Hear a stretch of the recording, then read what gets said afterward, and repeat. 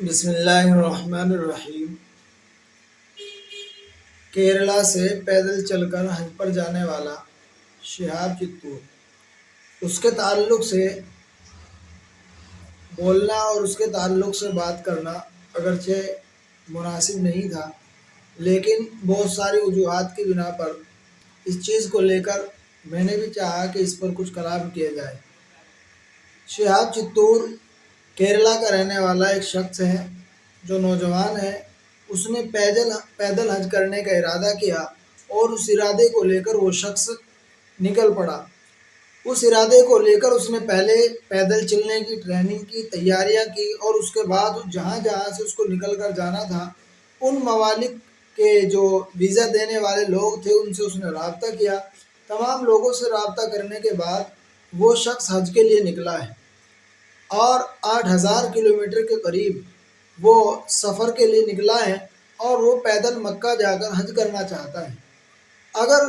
ایسا کرنا چاہ رہا ہے تو حضور پاک صلی اللہ علیہ وسلم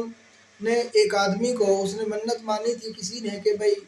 میں پیدل حج کرنے جا رہا ہوں، اور اس کے بدن کے اندر طاقت نہیں تھی، تو حضور پاک صلی اللہ علیہ وسلم نے اس کو منع فرمایا تھا۔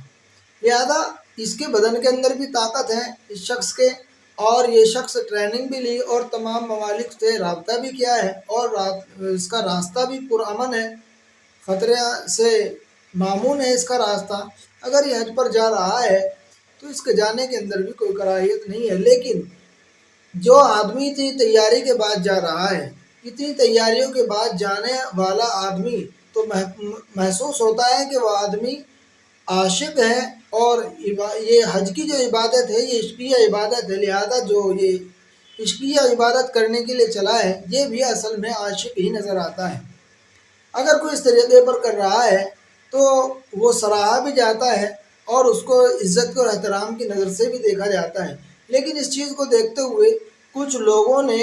اس کو ایک کھیل بنا کر رکھ دیا ہے، اور اس کو لوگوں کے اندر شہرت اس کی دیکھ کر کچھ لوگ تھیلا اور چھتری اٹھا کر بس حج کے نام سے نکل پڑے ہیں، اور انہوں نے اس طریقے کی کلپیں بنانی شروع کر دی ہیں کہ یہ بھی پیدل حج پر جا رہے ہیں۔ اس طریقے پر ایک عبادت کا مذاق اڑانا وہ بہت حرام ہے اور اس کی کوئی گنجائش نہیں ہے۔ اس طریقے پر اگر کوئی شریعت کے کسی بھی ایک رکن کا مذاق اڑاتا ہے تو اس کی شریعت کے اندر کوئی معافی نہیں ہے۔ ایسا کرنا قطعاً حرام ہے۔ جو شریعت کے